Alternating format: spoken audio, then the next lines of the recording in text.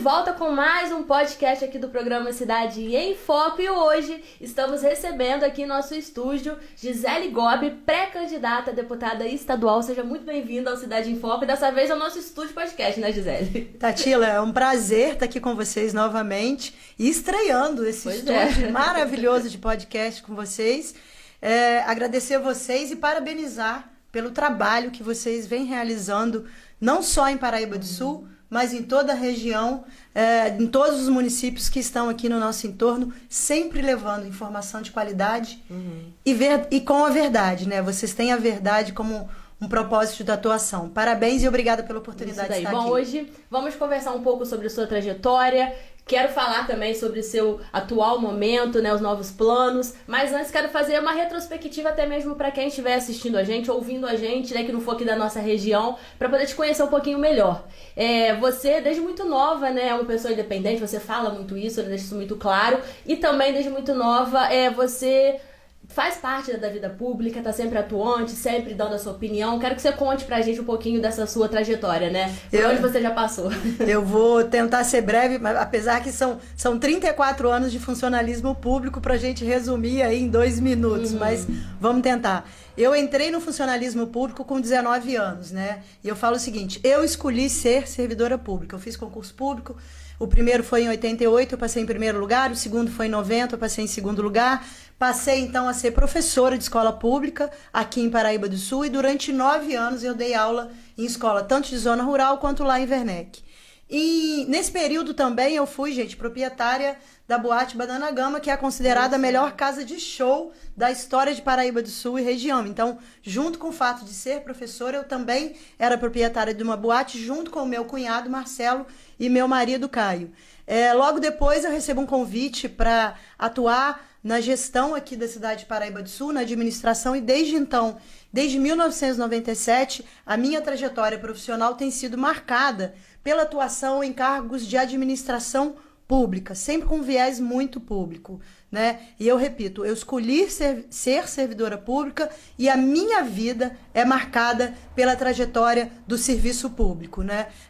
Já trabalhei em Paraíba do Sul, fui secretária de saúde aqui, trabalhei em Paulo de Fronten, Miguel Pereira, Barra do Piraí, já trabalhei na Secretaria de Estado de Saúde, na Alerj, já tive cargos em Brasília. Então, eu tenho uma experiência bem grande na administração pública, Tatila, aonde eu aprendi muito. Não só aprendi trabalhando, como também estudando, porque durante esse período, eu sou pedagoga por formação, né? Eu resolvi fazer minhas especializações e o meu mestrado na área de administração pública com foco na saúde pública. Então, em síntese, essa é a minha trajetória profissional, né? E lembrando o seguinte, sou sul-paraibana, eu nasci aqui em Paraíba do Sul, sou nascida e criado aqui e desde então eu moro aqui. Eu trabalho fora, mas minha casa é sempre Paraíba do Sul. Eu digo que minhas raízes estão agarradas aqui nessa cidade. Sempre volta aqui para Paraíba, né? Sempre morando aqui. Entendi. Bom, nas últimas eleições você foi candidata, né, prefeita do município de Paraíba do Sul. Queria falar sobre esse momento.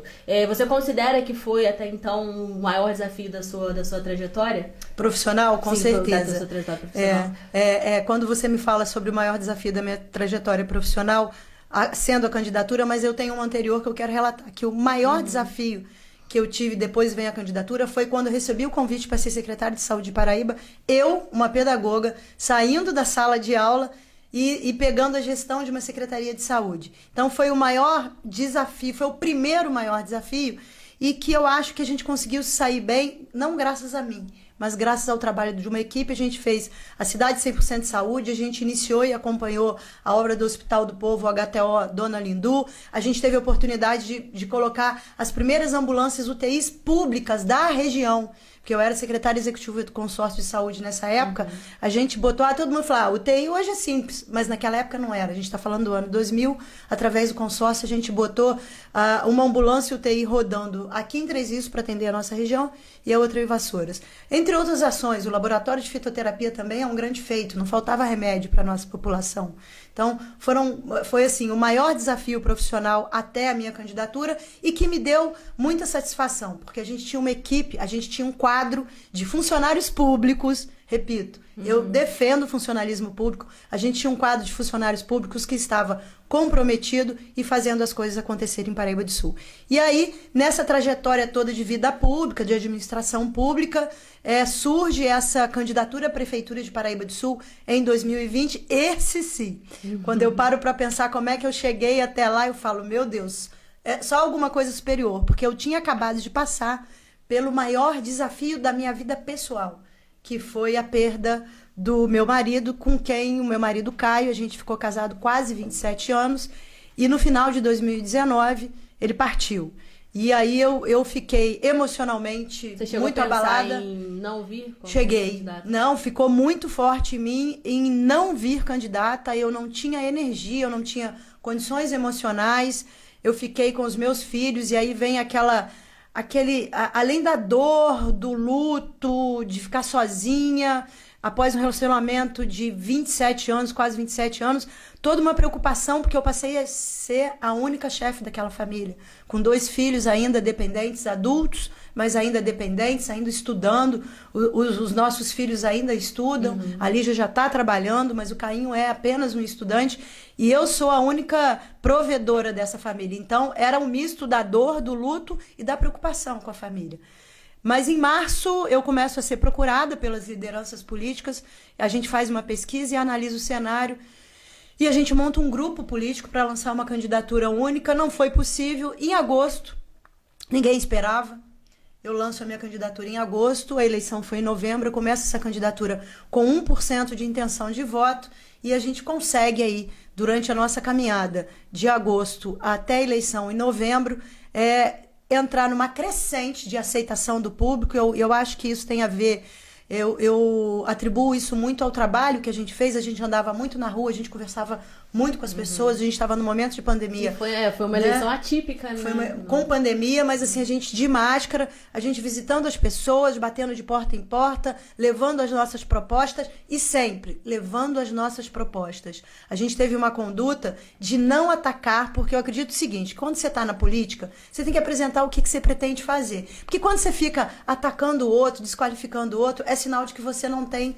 muito o que falar. Aí você cria esses ataques. Então, era uma conduta da nossa campanha não atacar ninguém, não falar de ninguém, muito menos em questões pessoais. Eu fui muito atacada na minha vida pessoal, eu fui muito atacada, inclusive, na minha maior dor, que foi a perda do meu marido. E assim, eles queriam de todo jeito me desestruturar, mas graças a Deus eu tenho uma base familiar muito boa e eu tinha e tenho até hoje uma base de amigos que acreditam nesse projeto, que me impulsionaram nessa caminhada. E eu saí. O que a gente fala no nosso grupo? A gente não venceu a eleição na urna, mas a gente saiu vitorioso politicamente como liderança nessa cidade. Esse é o nosso entendimento. Entendi. Você acha que esse período como secretária de saúde foi que te motivou a entender, de certa maneira, que você poderia ajudar de uma maneira melhor, né, o município, né, que você mora? Então, não só o meu período como secretária de saúde em Paraíba do Sul, porque eu falo o seguinte, eu trabalhei em município, eu trabalhei em estado, eu trabalhei em governo federal, mas aonde a gente pode efetivamente mudar a vida das pessoas é aqui, é no município, né? E então, toda essa minha trajetória, toda essa minha experiência na vida pública, seja em diversos municípios ou até na própria Alerj, eu tive a oportunidade de trabalhar na Alerj e entender como é que funciona aquela máquina, eu tive a oportunidade de escrever projetos de lei que foram aprovados pelo deputado que eu trabalhava à época, que era o Elbert Rezende. Então, eu pude associar essa minha experiência na administração pública muito técnica, levando isso para a Alerj, assessorando um deputado. Toda essa minha trajetória me mostrou o seguinte, e vários amigos falavam, tá na hora de você deixar de ser a pessoa que trabalha para alguém em prol da população e ser a cabeça, a se colocar no lugar de se candidatar, e se a população entender que você tem condições, que vá. Não foi dessa vez, e ok, esse é um processo. Eu me sinto grata, eu me sinto com um processo de aprendizado que nenhuma faculdade, nenhuma pós-graduação que eu fiz teria me dado. Então foi um processo muito gratificante e, para mim, fruto natural da minha caminhada de servidora pública que eu escolhi ser há 34 anos. Entendi. Bom, você anunciou há pouco tempo a sua pré-candidatura a deputada estadual através de uma live, qual você conversou com a população, explicou vários assuntos. Quero saber de você como que ficou decidido esse momento. Você falou na live que não era uma coisa planejada, não foi uma coisa planejada essa pré-candidatura, mas a partir do momento qual você entendeu que teria uma nova chance, que teria uma nova possibilidade... Logo após a eleição em Paraíba do Sul, quem é de Paraíba, quem é da região, acompanhou que a gente tinha uma possibilidade de uma nova eleição, tendo em vista a candidatura que foi eleita não ter registro, né? Então, a gente ficou naquele impasse. Quando isso foi decidido, um grupo da cidade virou e falou assim, não foi dessa vez que você chegou na prefeitura, nós agora vamos te lançar deputado estadual. E eu falava assim, vocês estão malucos, gente, não faz, pelo amor de Deus, a gente acabou de sair de uma campanha, eu tenho que reorganizar minha vida, minha família, meus filhos. Não vai ser. Eu falei, gente, eu preciso trabalhar, eu preciso seguir minha vida. E eu segui na vida. Só que esse movimento que foi iniciado no final de 2020, ele veio se fortalecendo. Essas pessoas continuaram nesse movimento aqui na cidade. Isso extrapolou o ambiente de Paraíba do Sul. Isso chegou em alguns municípios nos quais eu já trabalhei. Pessoas dessa cidade, vem sim, já trabalhei com você, você tem esse potencial. Eu comecei a ser mobilizada por pessoas de fora. E isso tudo culminou quando um grupo político do prefeito Eduardo Paes, que é o atual prefeito do Rio, me procura numa lógica de fazer parte desse grupo político, entendendo o seguinte, o meu potencial para ser uma pré-candidata a deputada estadual, né, e o meu potencial futuro aqui na cidade, em Paraíba do Sul. Eles vieram conversando muito comigo, aí somou todo esse movimento que surgiu em Paraíba, com pessoas de outras cidades, com esse movimento desse grupo político, que é de um partido político hoje, que é o PSD, e eu comecei a receber adesão, inclusive de pessoas com as quais eu já trabalhei, que eu sei que essas pessoas têm compromisso político com outras pré-candidaturas estaduais, mas essas pessoas me procuraram e falaram assim, mas eu tenho uma obrigação moral de te ajudar, tendo em vista tudo que você já fez para mim, porque eu já trabalhei com muitas pessoas. Eu ajudei muitas pessoas. E ajudar não é fazendo um favor, é ajudar com o meu trabalho. Com o meu trabalho que é remunerado por nós, gente. Porque eu sou servidora pública, eu recebo do imposto que nós pagamos. Você paga, eu pago e você que está nos assistindo. Né? Então eu acho que eu honrei aquele cargo que eu escolhi, que é pago com o nosso dinheiro. Né? Ser servidor público é colocar toda a sua competência, todo seu propósito de vida em prol da população. Um servidor público não pode se achar autoridade. Ele tem que estar a serviço da população. E é com esse espírito que eu lancei a minha pré-candidatura, apoiada por um grupo de pessoas daqui, de fora, e também por um grupo político que está se fortalecendo no estado do Rio de Janeiro. Entendi. Eu queria saber a sua visão sobre o estado do Rio. Como você acabou de falar, né, você visita muitos locais, você já trabalhou em muitas cidades aqui da região, enfim, do estado, está no Rio de Janeiro agora. Quero saber a sua visão. Como que Gisele Gobi vê o estado do Rio e aqui a nossa região também nesse atual momento? Eu vejo o estado do Rio precisando ser resgatado novamente. A gente passou aí pelos últimos governos estaduais por uma série de escândalos, gente. A gente tem uma série de ex-governadores presos, que são ex porque foram presos. Eles foram alguns presos fora do mandato e outros presos no exercício do mandato.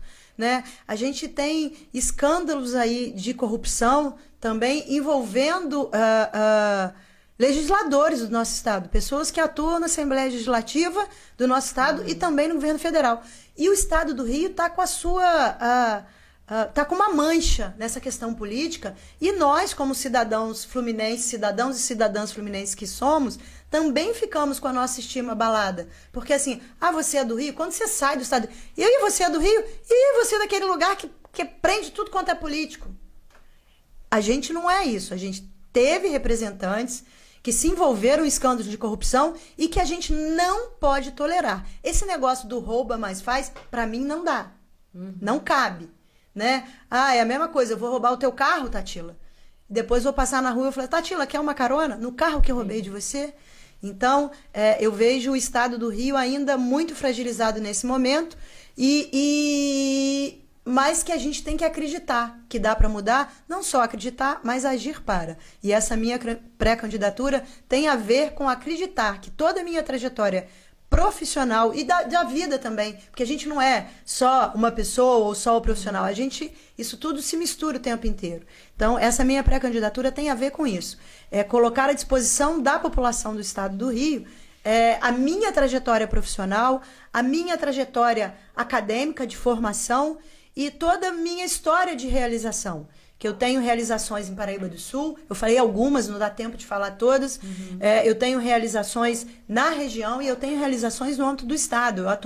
Eu fui da diretoria do COSEMES, que é o Conselho de Secretários Municipais de Saúde do Estado do Rio, e na época a gente pôde pautar políticas importantes que beneficiavam 92 municípios. A gente não tratava do município que eu era secretária ou do outro, a gente tratava de políticas públicas para os 92 municípios do estado do Rio de Janeiro, né? E aí você pergunta também como é que eu vejo a política na região. A política na região, nesse momento, falando em próxima eleição, a gente vê lideranças externas invadindo o nosso território, né? Que é como a gente faz nas conversas, né? A gente precisa ter... há muito tempo Paraíba do Sul não tem uma representação. Acho que tem mais de 30 anos que Paraíba fez um deputado estadual e um deputado federal. Eu acho que já passou da hora da gente ter uma representação que seja dessa cidade, que conheça essa região, porque nada melhor do quem está naquele lugar, que conhece os problemas daquele lugar, para atuar em prol daquilo. Por exemplo, a gente está passando por uma situação agora de uma possível redução de empregos na cidade de Paraíba do Sul em virtude de uma empresa que está com problemas na questão dos tributos, né? Dos insumos de saúde, em que os impostos foram zerados na época da pandemia. Nós não estamos mais em pandemia. E esses impostos zerados estão prejudicando os empregos aqui na cidade de Paraíba do Sul. Eu tenho certeza que se a cidade tivesse uma representação local, nesse momento, seja em nível federal ou seja em nível estadual, essa negociação já estaria em outro patamar, né? Sim, e a gente espera que isso possa ser resolvido. Eu já estou fazendo meus movimentos com as lideranças que eu conheço e eu tenho certeza que outras pessoas de Paraíba do Sul também estão fazendo. E o que é importante disso? Que no momento que os empregos não saiam da cidade. Já está faltando tanto emprego na cidade. A gente saiu um estudo semana passada. 15% da população do estado do Rio está passando fome, né? E quando as pessoas têm fome, não tem asfalto, não tem praça, não tem jardim que vá satisfazer as pessoas. Porque quando eu tenho fome, eu tenho que comer. E é esse olhar de sensibilidade que eu acho que está faltando às vezes. Você entender qual é a real necessidade da população naquele momento, que não pode ser a sua. Né? Porque eu digo que eu sou uma privilegiada, não é porque minha vida foi fácil, mas eu tive o privilégio de poder estudar, eu tive o privilégio de ter uma família que sempre foi meu suporte, eu tive o privilégio de construir uma família que acaba sendo meu suporte. Então, eu tenho oportunidades diferenciadas, mas nem todo mundo tem. E quem está no serviço público tem que ter esse olhar de sensibilidade e olhar, aquela pessoa nesse momento está precisando comer. Eu estou comendo. Mas eu não posso ficar satisfeita com o fato de eu estar comendo. É sair da bolha, né? A gente tem que sair da bolha e a gente não pode administrar para os nossos, para quem está do nosso lado batendo palminha. E eu aprendi isso, gente, na vida. Eu aprendi isso trabalhando. Eu aprendi isso trabalhando na administração pública e olhando nos olhos das pessoas, conversando e dialogando. E eu acho que está faltando diálogo, transparência, empatia e amor, que a gente precisa fazer política com amor e respeito. Entendi. Bom, quero também tocar no assunto que você sempre fala a respeito do poder que a mulher tem, né? A mulher trabalhar, ter sua independência, criar a sua história e ter a sua trajetória própria, né, Gisele? Não, eu consegui tal coisa por causa de fulano, mas não, ter a sua própria trajetória ali, né? Queria que você falasse um pouquinho sobre isso, esse empoderamento feminino, essa questão que a mulher pode sim, ela estar onde ela quiser e fazer a história dela por si própria. Sim, com certeza. E você falou que é algo que eu falo sempre. Falo sempre e vou repetir. As mulheres precisam ter o seu próprio protagonismo. O que é isso? Elas precisam ter a sua própria história, né? Elas precisam ter o seu nome e seu sobrenome. Porque não pode ser assim, um exemplo... A Tatila do fulano de tal. Não, Tatila tem nome e sobrenome, é uma profissional e ela vai ser respeitada por isso. E é isso que eu digo. A mulher, historicamente, a gente foi muito alijada, a gente foi muito separada desse direito. A gente vota há muito pouco tempo, Tatila. Então, a gente não podia nem votar, muito menos ser candidata, né? Muito menos ser candidata. Então, tudo isso é muito novo. Então, a gente tem que falar sobre isso, sobre a importância das mulheres participarem da política. Agora, tem uma outra coisa que precisa ser falada. Eu não posso apoiar a mulher só porque é mulher. Ah, é mulher, eu vou apoiar. Não. Gente, vamos trabalhar para colocar mais mulheres nos espaços de poder, mas mulheres que tenham capacidade, que tenham história própria, que tenham compromisso com a população, que tenham um compromisso com a ética, com o respeito. E tem uma coisa que é nossa das mulheres, né? Que é o afeto. As mulheres têm essa coisa do afeto, acho que tem a ver com uma coisa natural do instinto da maternidade. E também mulheres, gente, que sejam contra a corrupção, né?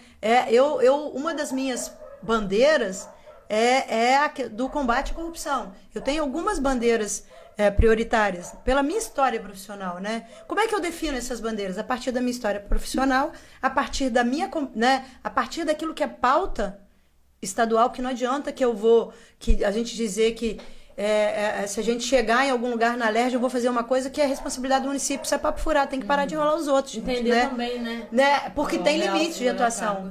Qual é real? Então, o que é a necessidade da população, o que é pauta de um legislador estadual e o que é a minha experiência profissional. Aí automaticamente vem saúde, educação, representação das mulheres. É automático que isso apareça na minha pauta. Eu tenho uma pauta muito forte com a questão das portadores, das pessoas com deficiência, que isso faz parte da minha trajetória também. Tem outras, mas essas são aquelas que mais surgem em virtude da minha trajetória. E a gente precisa apoiar para que mais mulheres atuem politicamente. Não é fácil para uma mulher, gente, atuar politicamente. Eu falo isso de experiência própria. Porque a gente é atacada na nossa moral. A nossa moral é atacada o tempo inteiro. O tempo inteiro colocam em dúvida a nossa capacidade. Se você for uma mulher que gosta de se arrumar mais um pouquinho, aí já começam aquelas outras histórias que eu prefiro nem comentar. Como se nós fôssemos objetos. Nós não somos objetos. Nós somos seres humanos, somos mais de 50% da população. E eu acredito na política. Eu acredito que a política precisa ser representativa. A boa política é aquela que diversas vozes estão ali representadas. Quando eu tenho uma política que é a nossa história política é majoritariamente feita por homens brancos de uma classe social mais bem-sucedida. Essas pessoas acabam não tendo o pé no chão e a sensibilidade, não é por maldade, mas não conhecem o chão de fábrica, que é a maioria da nossa população. A maioria da nossa população tem determinados tipos de necessidades que o homem branco de uma classe social determinada não vai conhecer. Não tem, porque ele não vive aquilo. Aí vai falar, Gisele, você é uma mulher branca de uma classe social mediana, mas a minha história de vida me fez conviver em muitos lugares, a minha história de vida pessoal e profissional, principalmente profissional, conviver em muitos lugares, conhecer muitas pessoas, e eu aprendi uma coisa que nenhuma faculdade me ensinou, eu aprendi na prática. A ouvir as pessoas. Eu aprendi o seguinte: a cadeira é para você vai ter a caneta e a cadeira vai ser em tese sua, mas você tem que aprender a ouvir as pessoas e representar aquilo que as pessoas precisam. Você não pode se achar autoridade, nem dona da verdade, nem dona da caneta. Você tem que aprender a ouvir as pessoas. Isso eu aprendi no meu dia a dia. E a gente precisa de mais mulheres, sim. Mas mulheres que tenham sua própria história. Entendi. Você é bastante atuante nas redes sociais também, né, Gisele? Sim. Sempre comentando, sempre opinando sobre as situações que acontecem aqui na nossa região. Você acha isso importante? Acho. Os políticos, né, enfim, as pessoas que têm essa vida pública, estarem sempre participando, estarem sempre ouvindo as pessoas, mas também dando a sua opinião, se posicionando. Sim. Eu falo que eu, como cidadã, eu cansei daquele político produzido pelas mídias. É aquele político que aparece as montagenzinhas das fotinhas, que é tudo programado, mas que quando tem um problema ele não põe a carinha dele na reta, porque ele não quer se comprometer. Eu já ouvi de políticos em Paraíba do Sul. Gisele, se você quer entrar na política, você tem que ser menos... botar menos a sua cara na reta, porque aquilo que você fala hoje pode ser usado contra você depois. Eu falei, peraí, eu não tô falando nada que eu tenha que me envergonhar, né? O que eu falo é aquilo que eu acredito. E claro, a gente pode mudar de opinião. Eu posso ter uma hoje e a vida me mostrar que não era bem assim. Eu não sou dona da verdade, né? Só que eu acho, eu como cidadã, eu procuro refletir como política aquilo que eu, como cidadã, quero ver nos políticos. Uma representação política que tenha opinião, que se manifeste, que esteja atento ao que está acontecendo na cidade. Sabe por quê? Eu estou cansada daqueles políticos que só aparecem a cada 4 anos, eles somem das redes sociais. Tem gente que passa eleição, some da rede social.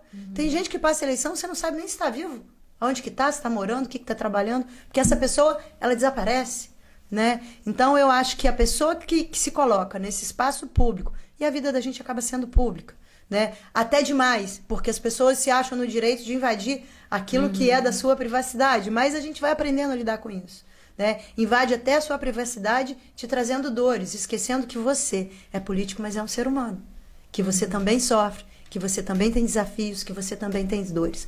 Mas os políticos, na minha opinião, e eu procuro me posicionar desse jeito, precisam se posicionar sim, precisam dizer no que eles acreditam, no que eles defendem, e quais são os valores, sabe? Porque eu acho importante mostrar o seguinte: o que essa pessoa tem como valor de vida pessoal? Se é uma pessoa que tem família, que não tem, como é que ela entende? Eu sou uma pessoa que família para mim é a base. Aliás, tem 2 coisas aí, né? Tem Deus, tem a fé, que eu sou uma pessoa que fui católica adolescente, de grupo de jovens, em algum momento me afastei, mas a vida me trouxe de volta para esse lugar, e a fé e a religião tem sido algo, assim, extremamente estratégico e importante na minha continuidade, até nessa minha decisão de ser candidata a prefeita em 2020, essa questão da fé ela é muito forte em mim. A fé e uma coisa de propósito, né? A Bíblia fala muito em propósito de vida, então eu carrego muito isso comigo, propósito de vida. Entendi. Bom, a gente está finalizando aqui o nosso podcast, nosso bate-papo. Quero deixar o espaço aberto aqui para suas considerações finais aqui para os nossos telespectadores e os nossos ouvintes também. Gente, mais uma vez, é lugar comum, né? Mas a gente tem que agradecer sempre. E assim, eu espero que outros pré-candidaturas da nossa região possam participar com vocês, que eu tenho certeza que vocês abriram esse espaço para todo mundo, como é de praxe de vocês, né? Mundo. Quero agradecer essa oportunidade de estar aqui e dizer para as pessoas o seguinte: a política, né? A ocupação de espaços de poder político, a atuação no serviço público, porque quem está num cargo político, seja ele executivo por indicação de um prefeito ou de um governador, ou seja num cargo eletivo que se dá através do voto, ela só deve ter razão de ser, e para mim, assim, se for para a gente poder contribuir para mudar a vida das pessoas para melhor, né? Falando de mulher, né? Para melhor. A política não deve ser um espaço da defesa de interesses de grupos políticos tradicionais ou de interesses empresariais ou comerciais. A política é um espaço do trabalho para o coletivo. E eu estou muito preparada para esse desafio que me foi colocado agora, né? Eu tenho a coragem para fazer valer o interesse público, aliada à força da mulher, e mais a sensibilidade para perceber quais são as verdadeiras necessidades da população e colocar toda a minha história de trabalho, toda a minha história de vida em prol desse interesse coletivo. E, para encerrar, dizer da importância de que Paraíba do Sul e que toda a região dos municípios que nos cercam, a gente tem Levi, Areal, nós somos 11 municípios aqui na nossa região, de que a gente tenha uma representação local, e no caso de Paraíba, uma representação de Paraíba do Sul, que a gente não tem há 30 anos, para que a gente possa realmente legislar em prol não só da cidade de Paraíba do Sul, mas da região, e possa buscar recursos e melhorias para a nossa cidade. A minha pré-candidatura tem esse objetivo, né? Colocar a minha história, a minha competência e toda a capacidade de articulação e conhecimento que eu obtive ao longo da minha vida em prol da cidade de Paraíba do Sul e dos municípios do entorno. É isso. Obrigada pela oportunidade de estar aqui. Gratidão. A gente agradece mais uma vez a sua presença aqui no Cidade em Foco. Nós vamos ficando por aqui com mais um podcast do programa Cidade em Foco. A gente volta em breve. Tchau, tchau. Tchau.